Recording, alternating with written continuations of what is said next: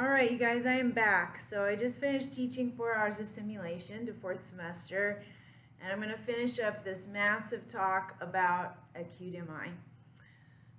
What happened was kind of two things. One is my laptop died because I recorded directly on my laptop. It's easier to upload.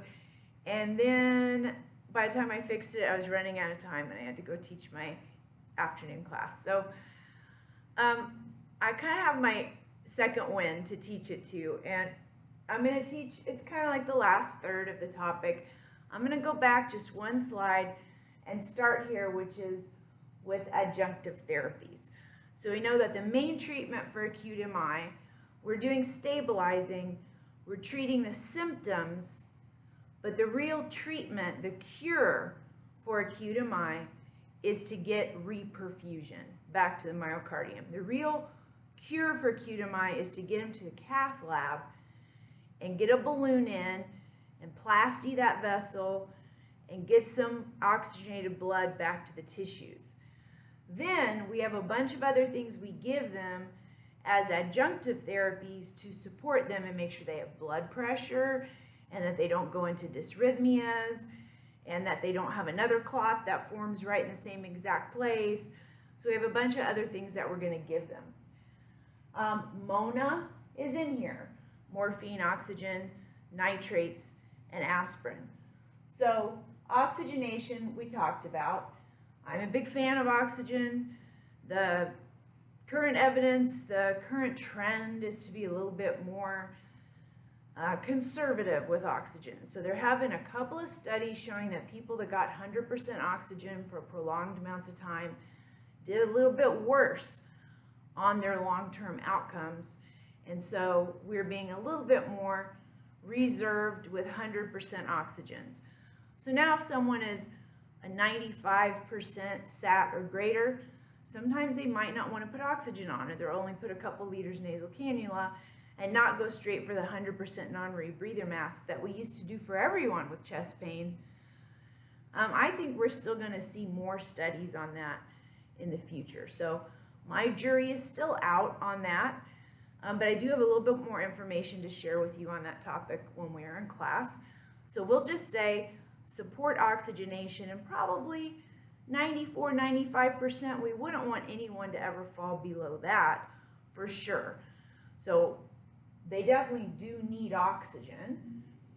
Nitrates, so like nitroglycerin. Why are we going to give people nitrates when they're having MIs and chest pain?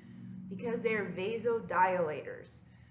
Why do we want to vasodilate? Because some people will become vasoconstricted in the systemic circulation in order to keep a blood pressure. It's a compensatory mechanism.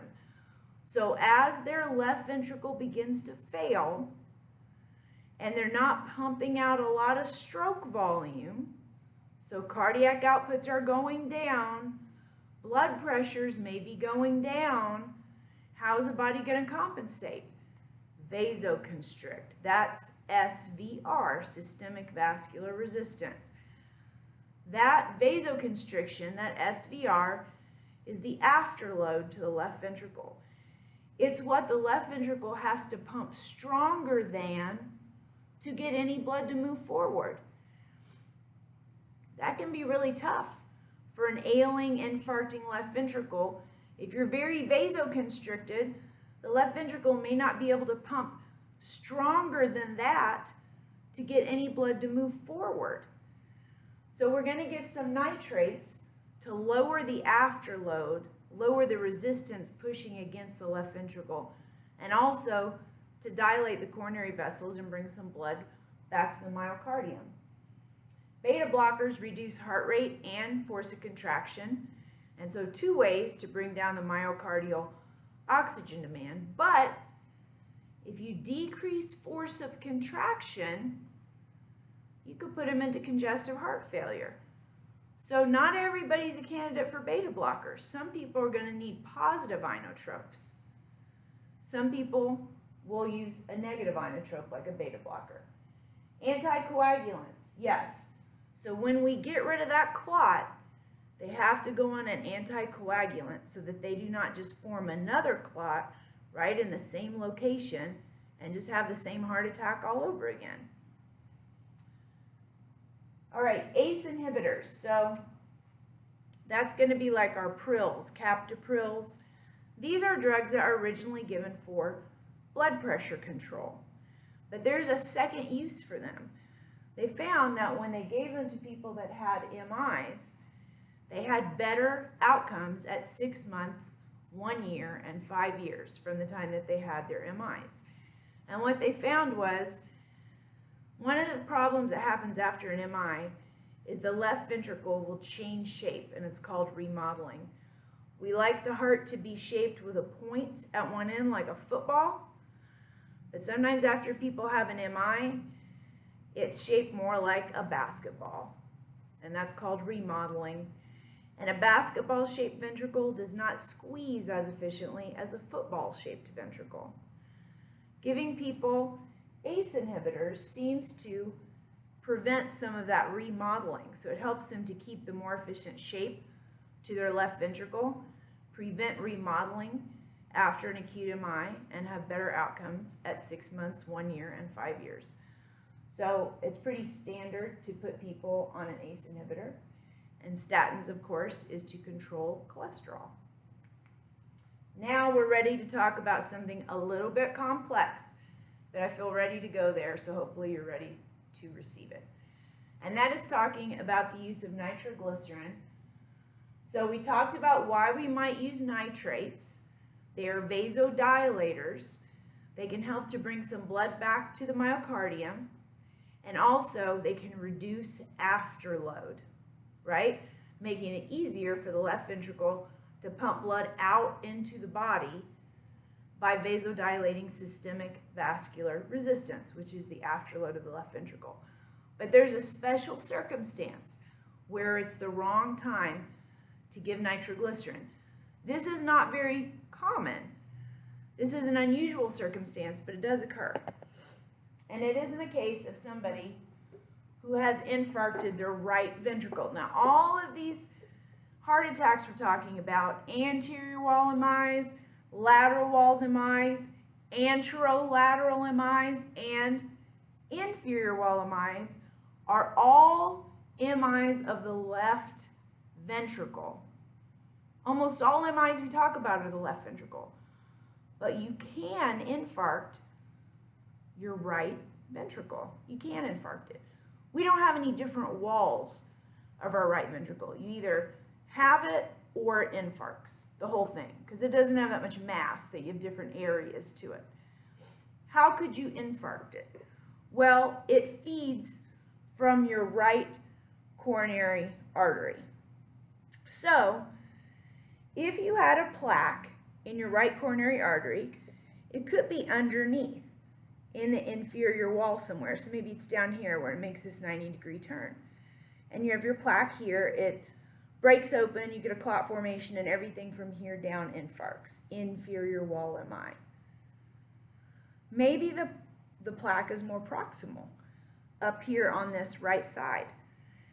And it breaks open and everything from here around down underneath infarcts. That's a big inferior wall MI with some RV involvement. Part of the blood supply to the right ventricle is also affected.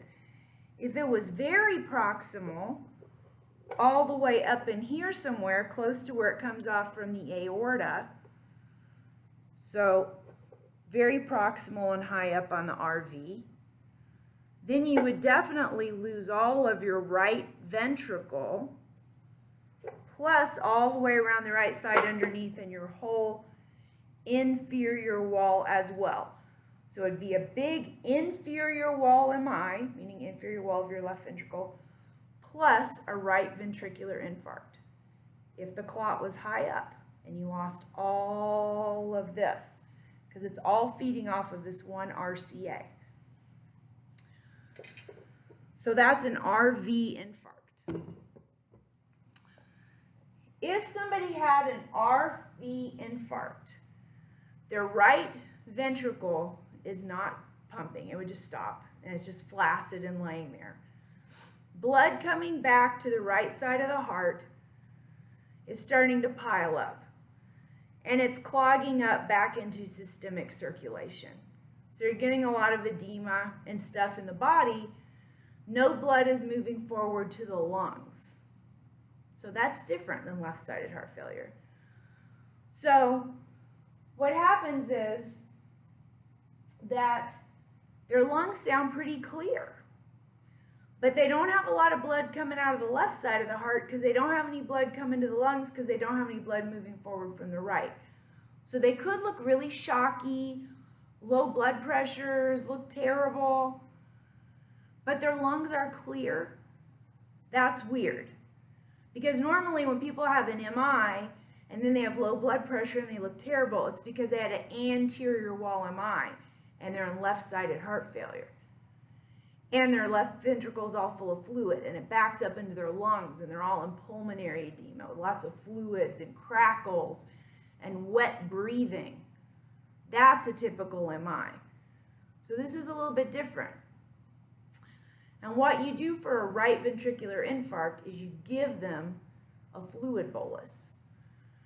And when you push fluids in, it just starts pushing everything forward from the right side to the lungs to the left side forward, and you force it to go around in circulation. If you give them a vasodilator and you dilate all their peripheral circulation, nothing is going to move forward. In fact, you make them worse if you vasodilate them, then nothing's going to move. Then they got no blood pressure at all and they do terrible. So how would I know if somebody had that? Well, first of all, they had an inferior wall MI because that's the right coronary artery. So I get their 12 lead and I read it because I know how to do that. And I see that they had an inferior wall MI. That's what we're going to learn how to do. And it's big. The ST elevations are big. The patient's symptoms are big. They look terrible. It's an unusually severe inferior wall MI. That makes me guess the clot was very high up. They lost a lot of tissue. That's my first clue, that they have RV involvement. My next clue is they're like shocky and terrible. Their blood pressure's low. But when I listen to their lungs, they're clear. That's not usual for like cardiogenic shock. And you don't usually get cardiogenic shock off of inferior wall MIs. That looks like an RV infarct. So what I know, because I'm a very experienced cardiac nurse, is if I give them a little nitro, they're probably going to get worse. But if I give them a little fluid, they're probably going to get better. And in fact, that's how we were taught to diagnose RV infarcts. Another way you can diagnose them is you can put EKG chest leads to the right. So normally we put them to the left. We put a V1, V2, V3, V4, V5, V6. We can put them opposite. This way, the machine doesn't care. And you have to hand write on there, right-sided chest leads. And then we look, the one that's really diagnostic is V4R, 1, 2, 3, 4. And I'll have a little tiny ST elevation, just little, because the RV is small, doesn't have much muscle mass. And so you can see it, but only if you put right-sided leads on. One hospital I worked at, every person who had an inferior wall MI on their 12 lead, we would automatically put right-sided leads on to look for an RV infarct. At a different hospital, nobody in the whole hospital even knew what an RV infarct was. So I would say information about this varies widely from facility to facility. But one way that I would talk to my coworkers about it is if you give them a little nitro and they get worse, they had an inferior wall MI, that's probably an RV infarct. Try giving them fluid and they get a little better. Okay, that's an RV infarct. But you know it first because they had an inferior wall MI. That's number one, because now we know which coronary artery is even in play. Now, if you think that is a complex concept, you're 100% right. But I know you can do it.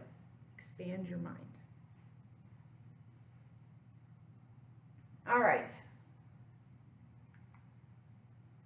And somebody is saying, do we have to memorize this for the exam? No, you do not. I just want you to know about this concept. This is one of the reasons people are saying we don't do MONA anymore.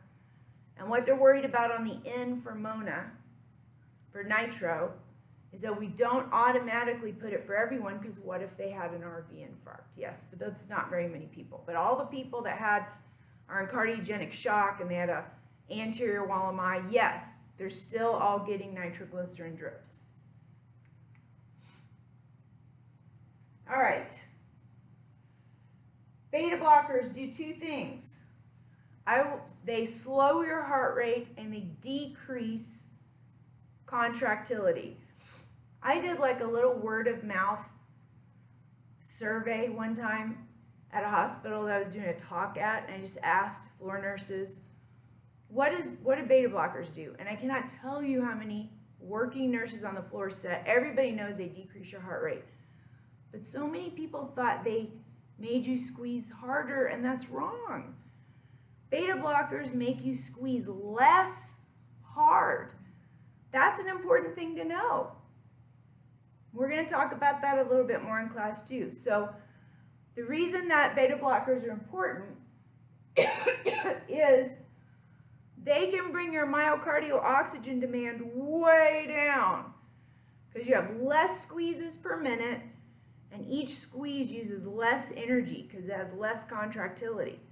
So it can really bring the oxygen demand down. But you could have congestive heart failure because you might not be squeezing very much blood forward.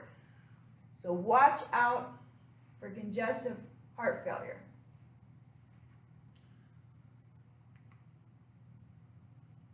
All right, we are going to give people heparins because we do not want them to form another clot on the same site and then repeat their heart attack. So anytime we do a therapy to get rid of a clot for MI, whether it's like a streptokinase to dissolve the clot, or they go get a plasty and get a stent placed, they then have to be on something to prevent clot reformation. So it will be a heparin. There are some places where they're using a low molecular weight heparin, but usually we're just using this traditional type of heparin drip initially, and then a lot of people will then go home on a drug like Plavix. Clopidogrel. So they'll probably go home on something like this. Has shown to impact recurrent MIs and post-reperfusion ischemia. Aspirins. Why do we still give aspirin? There was this huge study in the 1970s called the ISIS trial that had tens of thousands of patients in it. It was a randomized trial. Patients who had MIs got all the treatments, or they got all the treatments plus an aspirin. It's the only difference. Midway through the trial, there was such a huge difference in the mortality rate. There was so much of a better outcome for the people that chewed an aspirin that for ethical purposes, they had to stop the study. It was so statistically significant. And since that time, no one has ever wanted to repeat the study because of ethical purposes. And when they first did the study, the hypothesis they were testing is that we would no longer need to give aspirin. That was really the purpose of the study, was to get rid of aspirin because it was very old-fashioned and we had a lot better type of platelet blockers and we didn't need to give old-fashioned aspirin anymore. But the results were unexpected and unexpectedly significant. And so since that time, we haven't really messed around with aspirin anymore. So when we give it, we have them chew it, and we just do it. And they had significantly better outcomes. So we still give people aspirin. So that's the A in MONA. You don't need to worry too much about this. Integralin and other antiplatelet agents, sometimes we will give these like in the cath lab. So when they go down during the time that they're having their procedures, We might sometimes put them on an antiplatelet agent like integralin just during the time that they're having their stents put in. Not something that you would do on the floor or that we would send them home on. ACE inhibitors have a very significant impact on mortality rates. Prevents or limits remodeling of the left ventricle. So that's what we talked about. We want it to be football shaped and not basketball shaped. That's remodeling of the heart.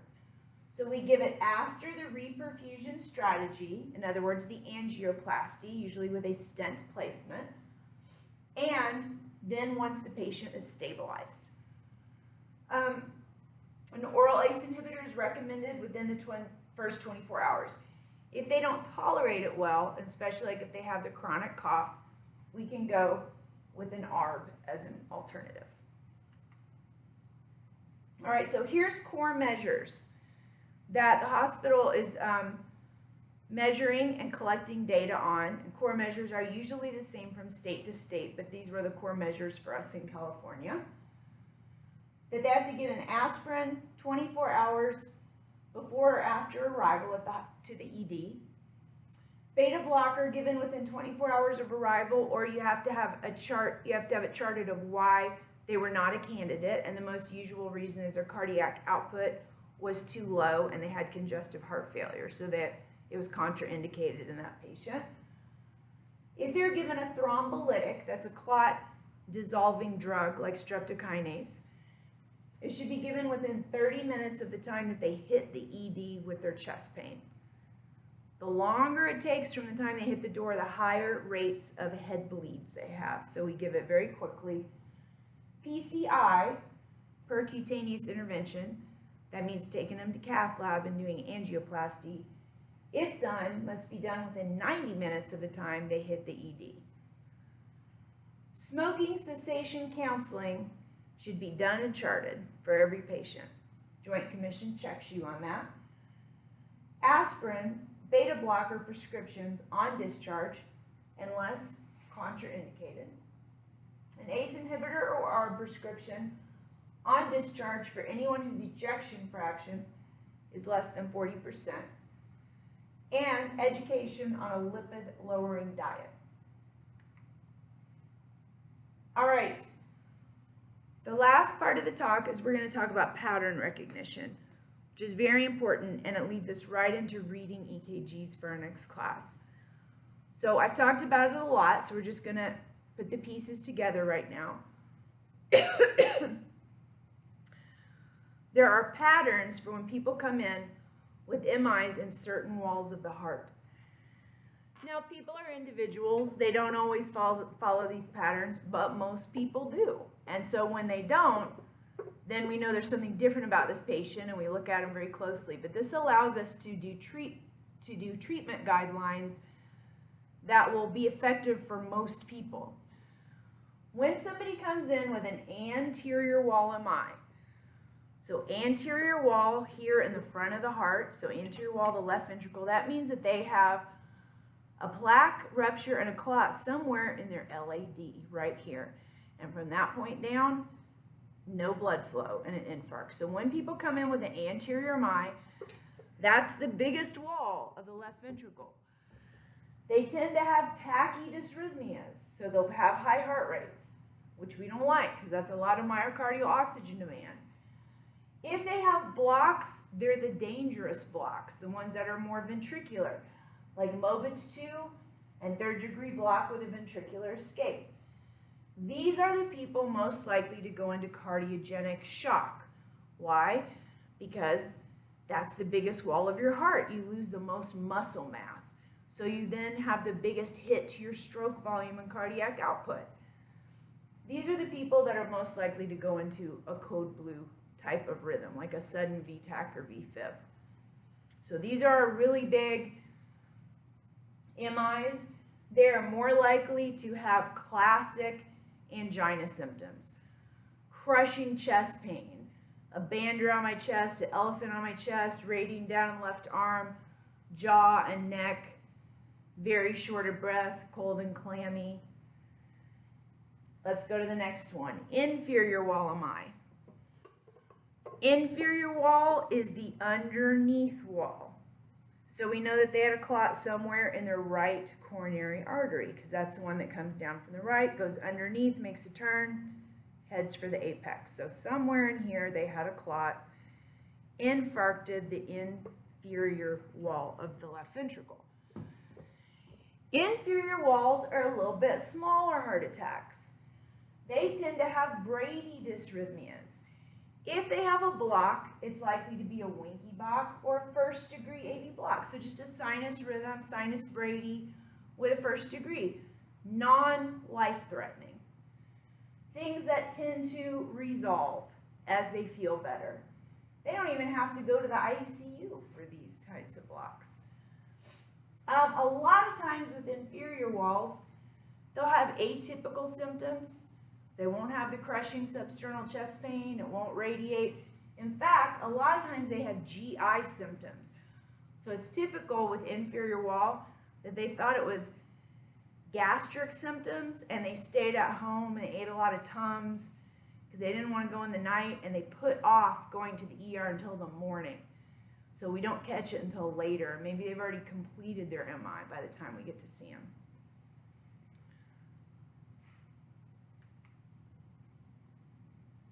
And then I don't have it on here, but the biggest one would be an anterolateral, and that would be like an anterior, but even bigger.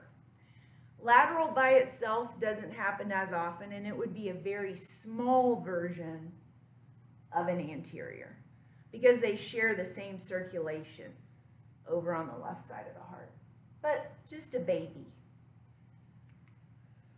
Worst case scenario would be cardiogenic shock, more likely to happen with an anterior wall MI. We've got to get them down to cath lab as soon as possible. They're going to probably be on a nitroglycerin drip. They need something to make them squeeze harder so they can have any cardiac output. Probably a drug like dobutamine. Dobutamine is a positive inotrope. We'll probably give them Lasix to take off the extra fluid because they go into pulmonary edema and they have a lot of fluid in their lungs. Will cause their sats to go down. I still like to give them morphine, but you know, that's just me. Morphine can also vasodilate some coronary arteries and bring some blood back to the heart. So this would be a pretty typical drugs that they're on. This would be a continuous drip of nitroglycerin. We call it Tridil. Continuous drip of dobutamine to help them squeeze harder. Positive inotrope. We'll be giving them Lasix periodically to just take off that extra fluid. They're probably getting some morphine for the pain and also for those other symptoms, for anxiety, to bring some circulation back to the heart. They're getting oxygen. Worst case scenario for an inferior wall MI is that it might be so high up they also have an RV infarct. Because remember, the RV shares arteries with the inferior wall. In that case, when we give them nitro, they'll do worse. We want to give some fluids. And the very worst case scenario of all for anybody is sudden cardiac death. More likely to happen with an anterior MI, but definitely if they have a widowmaker. So if it's up in the left main, this is even more likely. Sudden cardiac death is usually when people go into a VTAC VFib code. We'll be ready to defibrillate, and we're going to follow our ACLS protocols. I do have a few slides on the end, and you'll see if you look at the unnarrated PowerPoint, they're about sleep apnea. And I was very interested in this area, especially during my graduate program. And I'm not going to go into it a lot, and I'm not going to test you on it. But it is a big area of research because there are very close correlations between obstructive sleep apnea and MIs and cardiovascular disease. So they share a lot of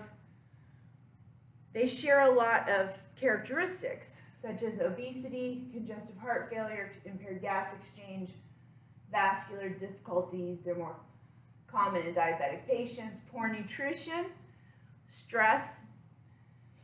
So there's a lot of correlations between these two patient groups. And there is research that obstructive sleep apnea may contribute to cardiovascular disease because hypoxia and hypercarbia, high levels of CO2, can cause a cascade where you get vasodilation and blood pressure changes. And that people, when they're having sleep apnea, might be having these dysrhythmias in the night. And a little bit of respiratory acidosis, of course, as their CO2s build up. And that causes inflammatory processes and stuff that might be breaking open those fibrous caps that are on those plaques and causing, that might be the trigger that's causing some of the MIs to occur. So it was just an area I was interested in. And so a lot of places now do sleep studies on some of their acute coronary syndrome patients. So it's just a topic that I was kind of interested in, but you don't need to spend a lot of time worrying about this because there's plenty of other information to study besides obstructive sleep apnea. So I did not take all the slides off yet though, but maybe in the future I'll do that. That's it. I thought we'd never make it through that. I know you probably have a lot of questions, but that's good because I'll be here to answer these questions when we come back in our next class.